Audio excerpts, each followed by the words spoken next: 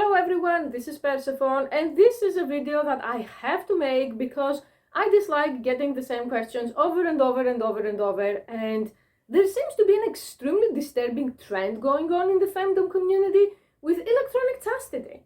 Like as if subs couldn't be lazier and we have to make them to enable their laziness even more. So if you don't know what the hell I'm talking about, electronic chastity is, like the name implies, a device that allows you to control a sub's chastity device from a distance. So I get the same Braden, Caden, and Jaden from Jerkwater Heights who have no real in-depth understanding of femdom who contact me and they say, "Mistress, can you control my device from a distance?" I can. I don't want to. I'm never going to do that. And here is why. Chastity is so much more than just locking your penis into a cage. There is so much more like nuance and long-term implications that, okay, I'm aware that a lot of people don't understand them, so I'm going to try to explain. First of all, what does it mean to actually do that? It shows devotion to your mistress. It shows that you have a desire to actually improve, to stop eating crap for breakfast, McDonald's for lunch, and then jerking off to porn for 7 hours every day and be productive. Now, a lot of people ask me, how does chastity relate to productivity? It gives you a very, very clear view of how much time you waste every day doom scrolling to porn. What do I mean by doom scrolling? A lot of my audience are people who have very specific fetishes. Some of these fetishes are very, very rare. So after some point, they have watched everything there is to watch that is online for free, because there are not many clips about this specific fetish. And they go on and on and on trying to find out new clips or new previews or new OnlyFans subscriptions or new ManyVids videos with that specific fetish, or to Google it or to go to online communities and ads in the meantime. So before you know it, you start that at 4 p.m. and then it's the morning. And I had so many people who said, I was locked in chastity for you and I realized that all of a sudden I have 7 extra hours in the day. So this is something very important. Another thing that, in my opinion, every man needs to have and to cultivate, I don't care if you're alpha, beta, omega, if you are 20 years old or if you're 80 years old, is self-discipline. There are so many men in our times who are actually hardship averse. The second things get hard, they quit.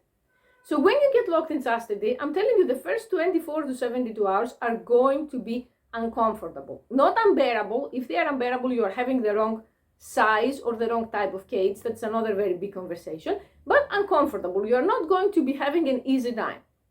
This is something that you have to endure on your own. That's true masculinity. And before you say, I'm beta, I don't care. Same for the sissies who are locked in chastity. Beauty is pain, femininity is pain. Not constantly doom scrolling to watch sissy content, especially if you're addicted to it, is going to be painful. So let's go to electronic chastity. Instead of you being self-responsible, the mistress becomes responsible for you. What I call sub-babysitting. So you don't have any responsibility over chastity, and the moment things get hard, you're going to contact the mistress and start whining to be unlocked, because that's what's going to happen.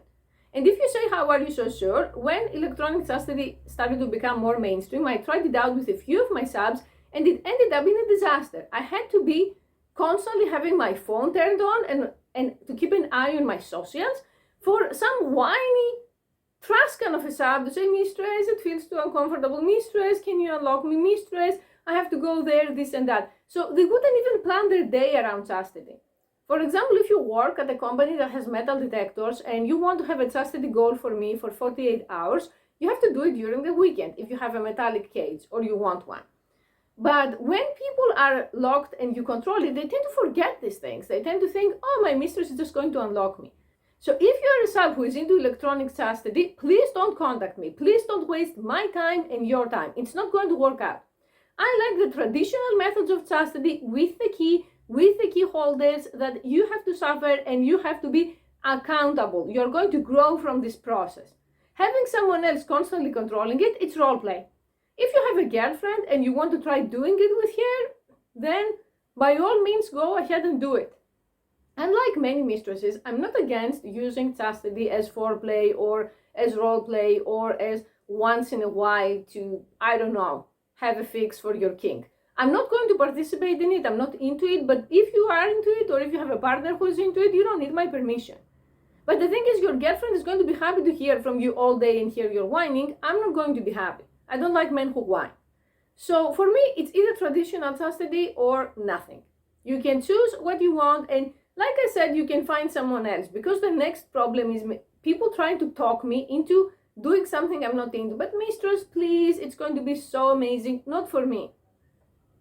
So if you're serious about chastity, please forget all of the electronic crap and actually focus on getting the real deal. And now you're going to say, okay, are you the special snowflake mistress? Why do other mistresses do it? Because they get money out of it, dummy. What they do is that they say, oh, you need to be unlocked during the day, tribute me $20, tribute me $30.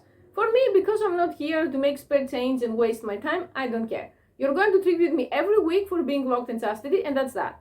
And if you fail many times, I'm going to block you, because I don't care about people who constantly fail.